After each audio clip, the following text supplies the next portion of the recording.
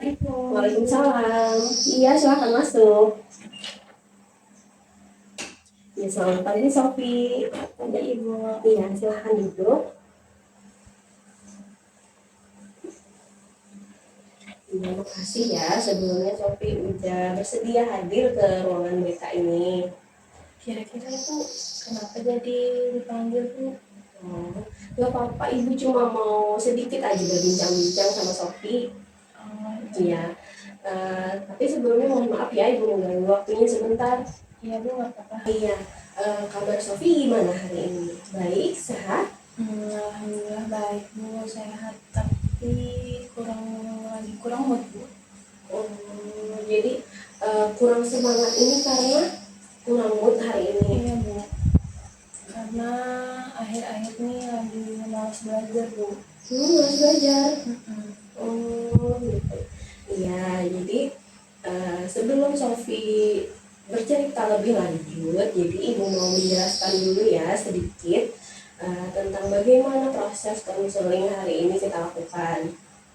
Jadi untuk proses konseling itu Sofi itu datang ke sini dengan sukarela tanpa ada paksaan, dan apa yang Sofi ceritakan itu jadi rahasia kita berdua. Jadi tidak akan Ibu ceritakan dengan orang lain kecuali dengan persetujuan Sofi, seperti itu.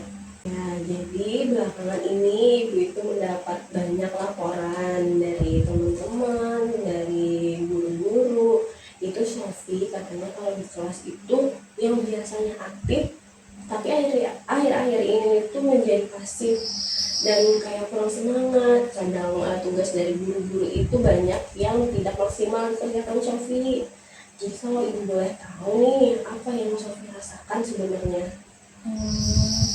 Jadi Bu, akhir-akhir ini lagi males belajar Bu, nggak mau, misalkan tugasnya banyak, Ya. makin banyak tugas makin males, jadi Sofi kumpul seadanya Bu. Oh, seperti itu. Jadi kalau lagi tidak mood, tidak memperhatikan pelajaran dari guru, terus seadanya saja Sofi kumpul. Jadi tugasnya seadanya, misalkan saya kerjakan setengah, jadi setengah aja Bu saya kumpul. Seperti itu. Padahal biasanya kalau misalkan lagi semangat belajar, tugasnya pasti alhamdulillahnya bagus sih Bu ya. Iya, karena biasanya Sofi itu kan aktif, bahkan teman-teman yang lain belum mengumpul tugas, Sofi itu sudah mengumpul tugas, seperti itu kan? Iya. Jadi kalau Sofi itu lagi males, artinya lagi capek gitu ya. Nah, kalau Sofi itu lagi capek, apakah Sofi itu punya waktu atau menyediakan waktu buat istirahat yang selanjutnya bisa Sofi gunakan lagi buat mengerjakan tugas biar selesai? Biasanya Bu, kalau misalkan males aja Bu, karena akhir-akhir ini lagi kepikiran aja Bu. Soalnya orang tua saya baru aja cerai Bu. Jadi itu alasan lain ya mengapa Sofi itu kurang semangat di kelas, kemudian untuk belajarnya motivasinya kurang. Jadi itu alasan yang lebih berat ya yang Sofi alami seperti itu. Iya Bu, jadi saya bisa kepikiran Bu, jadi kalau ada tugas-tugas bawaannya malas aja Bu, nggak mau mengerjakan. Jadi kalau Ibu boleh tahu nih gimana ceritanya untuk mengenai Sofi sampai Sofi itu kepikiran dan mempengaruhi dengan pelajaran Sofi sekolah? Ini Sofi boleh cerita kan Bu? Iya boleh. Jadi Bu, awalnya tuh sebenarnya saya pas waktu pulang sekolah sih Bu, pulang sekolah kan sampai rumah, terus di rumah itu nggak ada orang Bu. Biasanya kalau misalkan pulang sekolah ada ibu sama bapak di rumah, tapi pas saat itu nggak ada orang. Kakak di rumah juga baru pulang sekolah, terus kami dijemput sama nenek.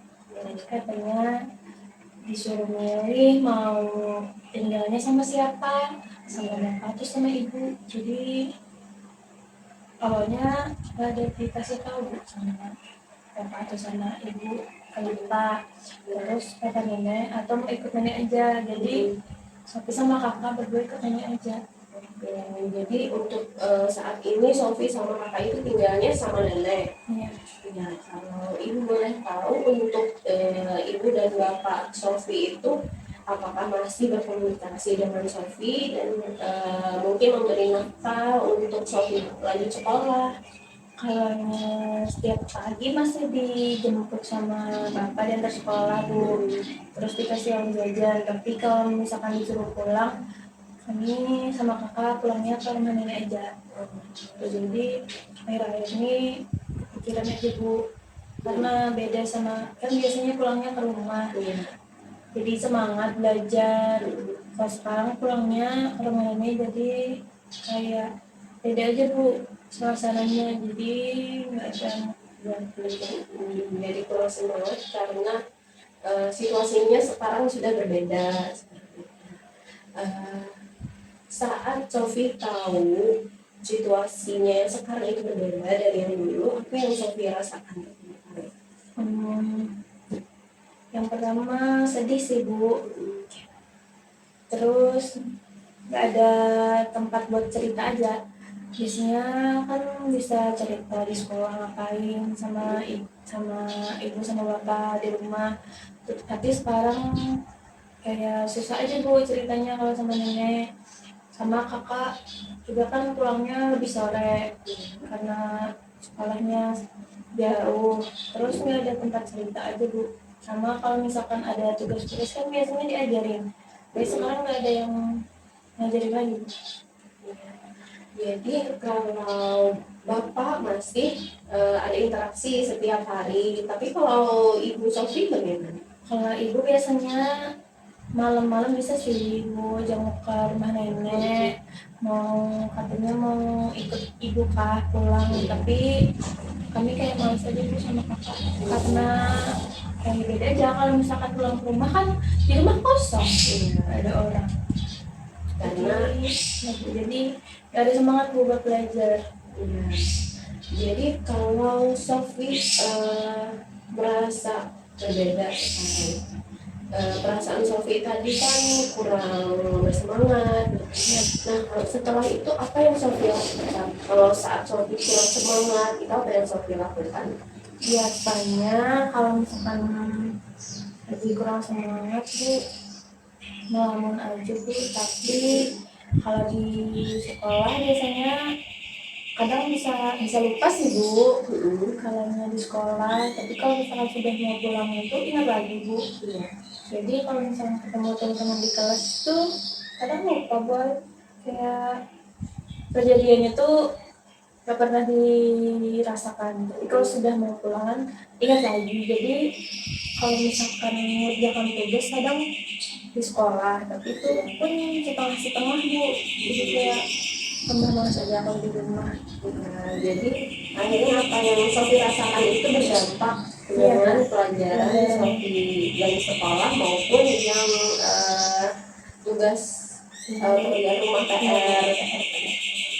Nah, setelah apa yang Sofi rasakan dan apa yang Sofi lakukan, apa ada dampak nih ke tubuh Sofi, misalnya Sofi sakit kepala atau sering pusing atau sering sakit perut?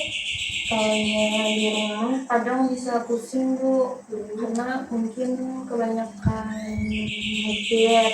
Terus kalau misalkan pusing kadang bisa tiba-tiba sakit perut Bu pagi, nggak tahu sih Bu kenapa, tapi bisa aja sakit perut. Terus tuh kalau di kelas misalkan kebanyakan mikir tuh tiba-tiba tuh kayak kosong aja bawa pikiran, jadi kayak keliengan gitu. Karena mungkin karena kurang tidur sih Bu kayaknya, karena malam kadang tuh nggak bisa tidur karena mikirin itu sih Bu, pikiran aja. Tapi kalau misalkan sudah sampai sekolah pikirannya bisa hilang. Tapi kalau misalkan ada yang nanya kayak teman-teman tuh kayak nanya apa gitu Bu, nah bisa pikiran lagi, jadi kayak tiba-tiba bisa pusing aja Bu. Iya, jadi banyak dampak yang ditimbulkan di sekolah saat banyak pikirannya Sofi itu di rumah gitu ya, pikirannya itu mungkin bisa sampai malam, sampai begadang, jadi itu membawa dampak besar ke pendidikan Sofi gitu ya. Oke, jadi tanpa Sofi sadari, apa yang Sofi hindari itu malah membuat dampak besar atau masalah yang baru lagi gitu ya buat diri Sofi. Iya Bu, gitu Bu. Iya. Nah, jadi untuk sebagai pandangan gitu ya, di masyarakat kan biasanya pandangan orang itu setiap ada yang orang tuanya berpisah, itu pasti dianggap anaknya akan menemukan kegagalan di kedepannya. Nah, itu bagaimana pandangan Sofi? Kalau menurut saya Bu, tapi sebenarnya kalau dikatakan sebenarnya kayaknya keluarga saya gagal sih Bu, menurut saya. Jadi kayak kan keluarga saya sudah nggak utuh lagi. Jadi kalau misalkan teman-teman kenalnya siapa yang kamu dijemput sama siapa, kan biasanya dijemput sama bapak, kakak dijemput sama ibu. Jadi sekarang kan bapak aja yang jemput kami berdua gitu. Terus tuh kalau misalkan ditanya gitu, tapi tuh bingung Bu, karena teman-teman bisa nanyanya tiba-tiba aja Bu. Jadi kadang kan bapak sudah jarang jemput antar jemput lagi. Jadi kalau misalkan ditanya kata Sofi diojekin sama ibu atau dijemput sama nenek, jadi itu ngerasanya mungkin teman-teman bisa kadang tuh berbeda aja Bu ngomongnya, mungkin karena keluarganya tapi nggak itu lagi. Ya, jadi ibu bisa memahami apa yang Sofi rasakan, mungkin seperti keluarga Sofi waktu dulu itu lengkap, mungkin ganti-gantian yang menjemput, tapi saat ini atau di keadaan sekarang Sofi itu dijemputnya dengan ayah saja atau bapak saja atau ibu saja, dan itu jadi bahan pertanyaannya untuk teman-teman Sofi, dan itu bikin Sofi itu merasa kurang nyaman untuk menjawab pertanyaan teman-teman Sofi gitu. Iya Bu, karena kalau misalkan nggak dijawab teman-teman bisa nanya lagi Bu dijemput siapa, karena kan biasanya kalau yang pulang kami kan bareng-bareng Bu nunggunya. Jadi kalau misalkan kadang sampai itu bisa nunggu Bu sampai sore karena nggak ada yang jemput, jadi teman-teman tuh sudah pulang duluan. Jadi besok di kelas tuh bisa ditanya kemarin gak dijemput kah katanya gitu. Jadi kepikiran aja Bu, karena biasanya ada yang jemput, sekarang tuh jarang ada yang jemput. Sekarang tuh jadi merasa kayak di gimana ya Bu, di ombang ambing itu Bu, kadang kesini kadang situ, jadi kayak nggak ada yang perhatiin lagi Bu. Masih bingung dengan tujuan hidup Sofi. Iya gitu Bu, ya. jadi kayak bingung arahnya nih kemana, sampai jadinya malas belajar. Nah, kalau pandangan masyarakat kan seperti itu, kemudian pertanyaan-pertanyaan teman Sofi juga begitu. Nah, bagaimana menurut Sofi, apakah semua anak yang menjadi korban keluarganya yang berpisah itu akan gagal? Sebenarnya tidak juga sih Bu. Kalau misalkan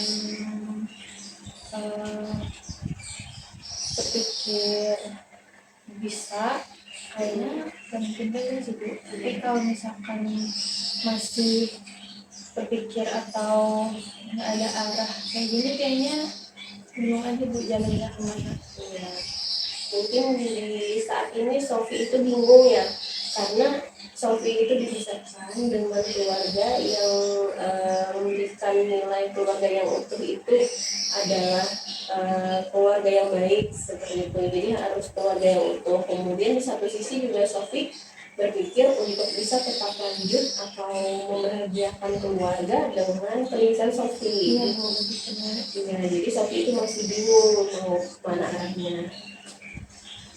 Sama akhir-akhirnya Bu, kalau misalkan teman-teman nanya mau, kan kemarin yang pas pelajaran Ibu di kelas kan kita bahas cita-cita loh Bu. Nah teman-teman kan kalau misalkan sudah selesai pelajaran biasanya ada kayak ngomong-ngomong aja Bu, kayak main terus ditanya katanya mau jadi apa kan.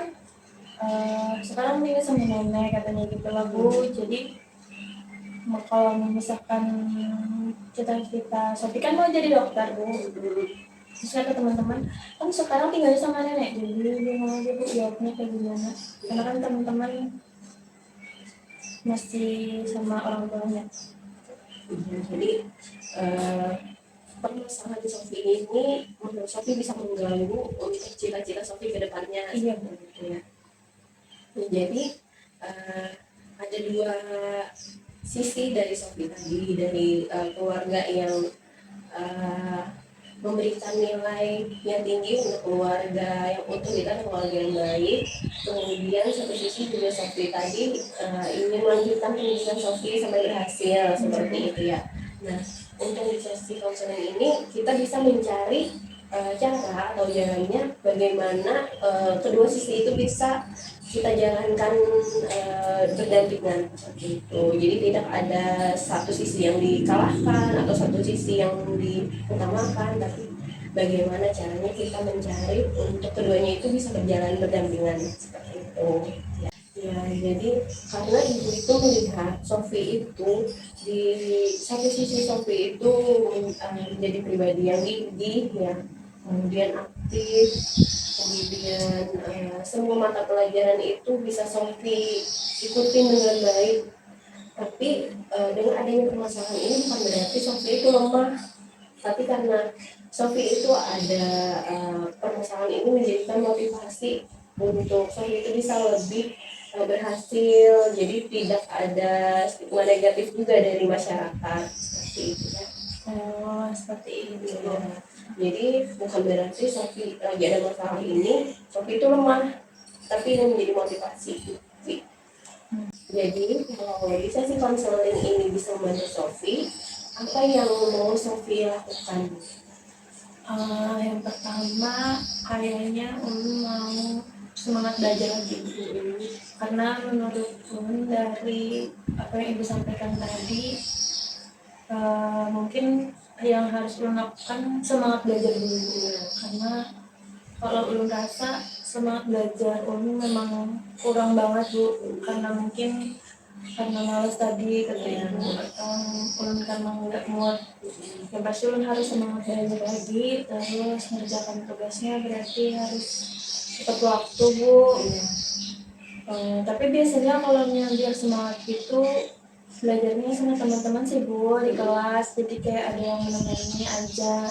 Kalau di rumah biasanya belajarnya sama kakak, jadi nanti kalau misalnya di rumah bisa minta tolong kakak lagi belajarnya.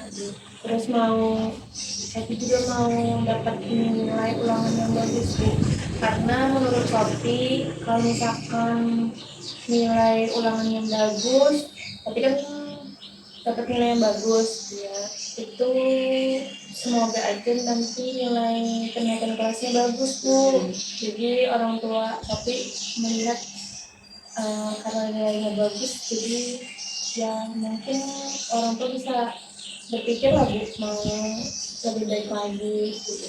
Dalam keadaan yang seperti ini kayaknya satu sisi jadinya nggak boleh patah semangat kan Bu. Berarti keinginan sekarang tuh harus belajar, berjalan tugas tepat waktu, terus aktif lagi. Soalnya akhir-akhir ini saya nggak pernah lagi Bu kayak aktif organisasi, di OSIS nggak pernah aktif lagi, di MPR nggak pernah turun juga.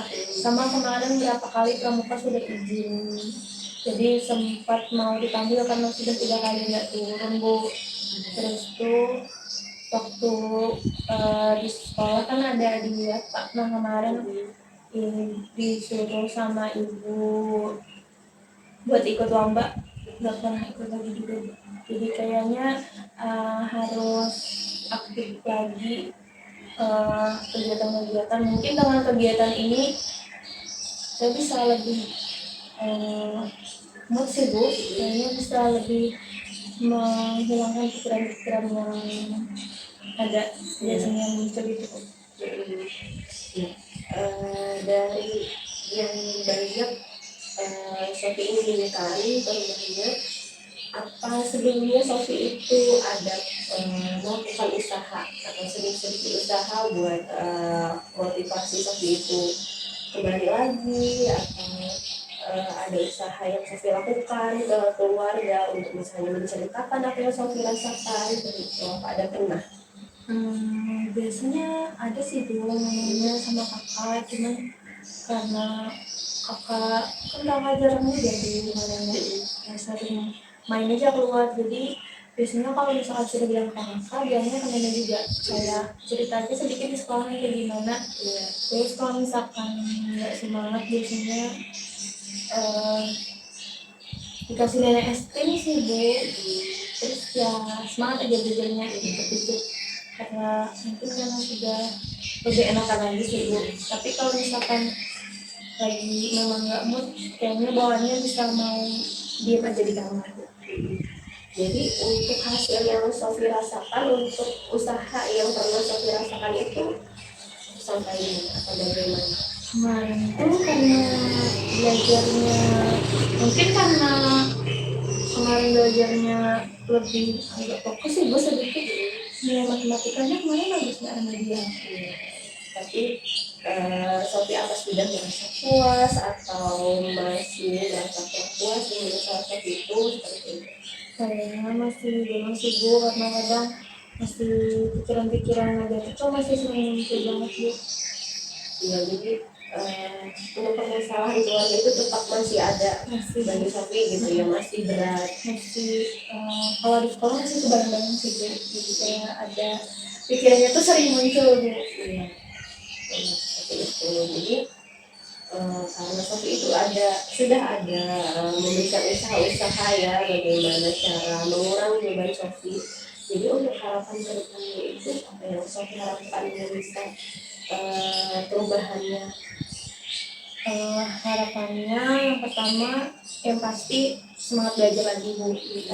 Yang kedua, semoga dengan hasil belajar yang baik keluarga Sofi itu bisa kembali kayak senang aja bu dengan kabar karena Sofi nilainya bagus, jadi satu keluarga tuh bisa kayak biasanya kalau misalkan dapat nilai yang bagus kan itu kayak makan-makan bu di luar, jalan-jalan, jadi merasa itu kayak hadiah sih bu bagi saya kalau misalkan dapat nilai bagus. Jadi nanti kalau misalkan sudah semangat belajar lagi terus nilainya bagus, biar bisa ketemu sama satu keluarga aja bu. Iya, ini paham. Mungkin bagi orang lain dan bagi kita, bagi Sofi dan bagi ibu, reward itu beda-beda ya kan. Untuk reward orang lain mungkin bisa jadi seperti uang yang banyak atau handphone mahal, tapi bagi Sofi itu rewardnya hal kecil tapi membuat semangat Sofi itu bangkit gitu ya. Selanjutnya di sesi konseling itu ada namanya teknik teacher, jadi teknik kursi kosong. Jadi ibu itu mau membantu Sofi lewat teknik itu biar Sofi itu membayangkan di kursi di samping Sofi yang kosong itu adalah seseorang yang Sofi sayang, misalnya itu ayah, ibu, atau kakak. Jadi Sofi bisa membayangkan di samping Sofi itu mereka, apa yang mau Sofi katakan, dan nanti kita balik lagi bagaimana yang mereka rasakan yang mungkin mau mereka sampaikan ke Sofi gitu ya. Gitu Ya, apa Sofi paham atau ada yang mau ditanyakan dulu? Paham.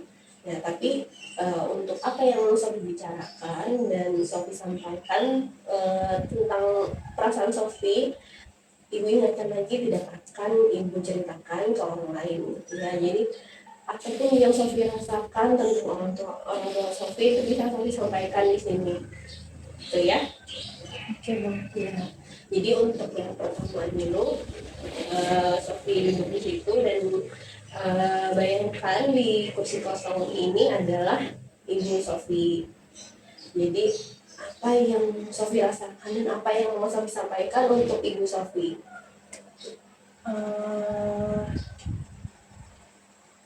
Ini yang mau sampaikan ke ibu kak bu. Ya.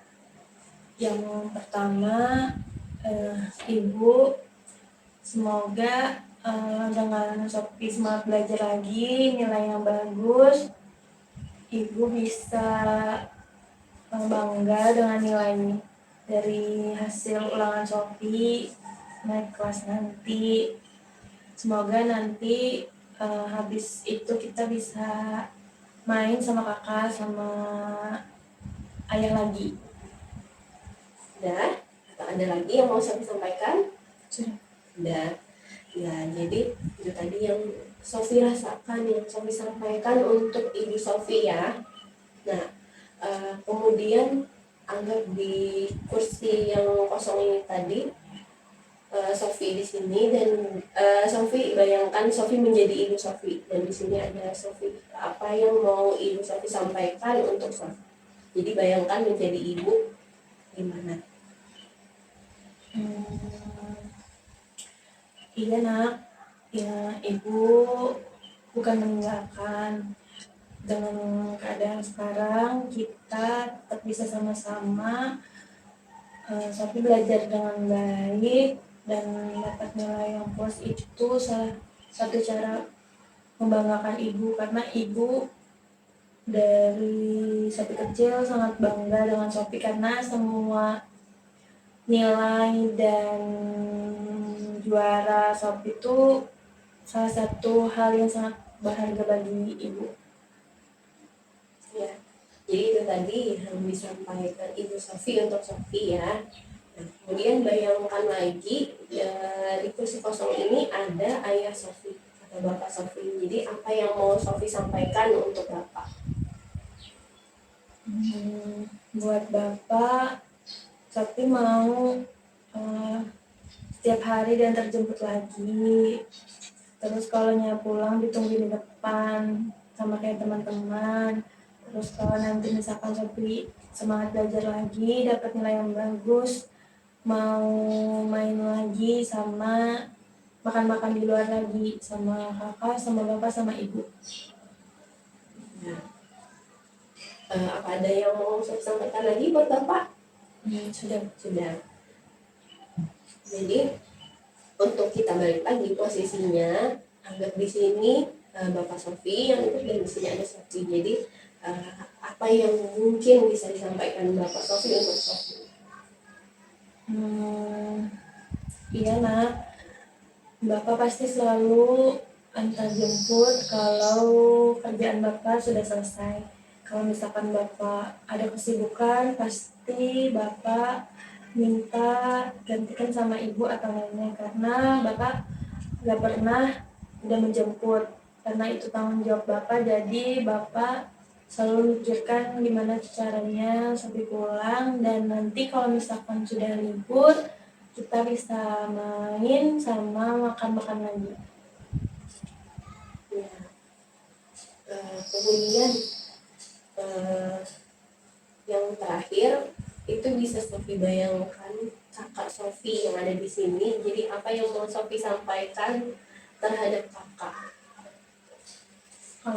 Buat kakak terima kasih banyak, karena dari biasanya karena kakak ada makanan atau es krim pasti selalu ngasih ke Sophie, jadi Sophie semangat lagi belajarnya. Terus jangan sering-sering ada di rumah, karena kalau misalkan di rumah nenek, kalau ada kakak itu jadi ramai juga di rumahnya. Kemudian yang terakhir, di balik posisi Sofi menjadi kakak, apa yang mau disampaikan kakak kepada Sofi? Iya, jadi nanti kalau misalkan kakak nggak ada kegiatan di sekolah atau nggak ada tugas-tugas di luar sekolah, kakak pasti di rumah main terus belajar sama-sama lagi, supaya nilai hasil ulangan kita bisa buat bangga ibu sama bapak. Ya, udah. Atau ada yang mau Sofi sampaikan lagi? Sudah Bu. Udah. Jadi di tahap yang tadi kita lakukan, Sofi menyampaikan perasaan Sofi dan juga Sofi menerima perasaan apa yang disampaikan oleh keluarga Sofi. Jadi bagaimana perasaan Sofi sekarang? Kayaknya lebih tenang sih Bu, karena ini belum pernah saya ungkapkan ke siapa-siapa. Jadi pertama kali kayak merasa lebih enak aja sih Bu, karena sudah bisa ngomong kayak gitu. Karena biasanya ada kepikiran tapi nggak bisa diungkapkan Bu. Kayak ada sih bayang-bayang mau ngomong ke kakak, ke ibu, bapak, cuman nggak bisa diungkapin. Jadi kayak lebih plong aja, lebih enakan. Terus kayak pikiran-pikiran yang gak enak tuh sudah mulai hilang Bu. Ya.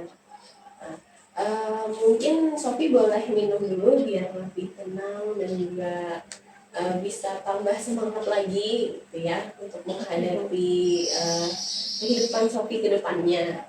Tapi ini lebih senang sih Bu, kayak lebih tenang karena biasanya kalau misalkan ya ngomong itu di pikiran sendiri aja Bu. Sofi ngomong sendiri, jadi jawabnya itu jawab sendiri tuh kayak rasanya nggak ada yang dengerin gitu Bu. Kalau ngomong sama ibu kan jadi ibu bisa bantu itu Sofi. Jadi misalkan nanti kalau mau cerita lagi sama ibu boleh lah Bu? Iya boleh. Jadi yang ibu pahami di sini Sofi itu perlu teman untuk bercerita gitu ya. Iya Bu, karena kemarin-kemarin tuh takut sih Bu, sebenarnya mau kayak nanya ke ibu atau kayak mau curhat, cuman kayak takut aja sedikit, takut kan biasanya kata teman-teman kalau masuk ruang BK tuh ada masalah gitu nah Bu. Jadi kayak aduh kata Sofi kalau misalkan masuk ruang BK nanti dikira ada masalah lagi. Itu sih Bu takutnya. Iya, karena di ruang BK itu kan tidak selalu siswa yang bermasalah. Bisa jadi kan siswa yang mau memotivasi teman-temannya, bagaimana supaya lebih giat belajar, bagaimana ikut olimpiade, atau bagaimana teknik menghafal matematika. Kan itu bisa jadi juga masuk di kegiatan bimbingan konseling gitu. Oh gitu Kak Bu. Jadi nanti misalkan Sofi sama teman-teman kesini kayak misalkan mau ikut kayak lomba atau mau cerita-cerita sama ibu boleh lah Bu? Iya boleh.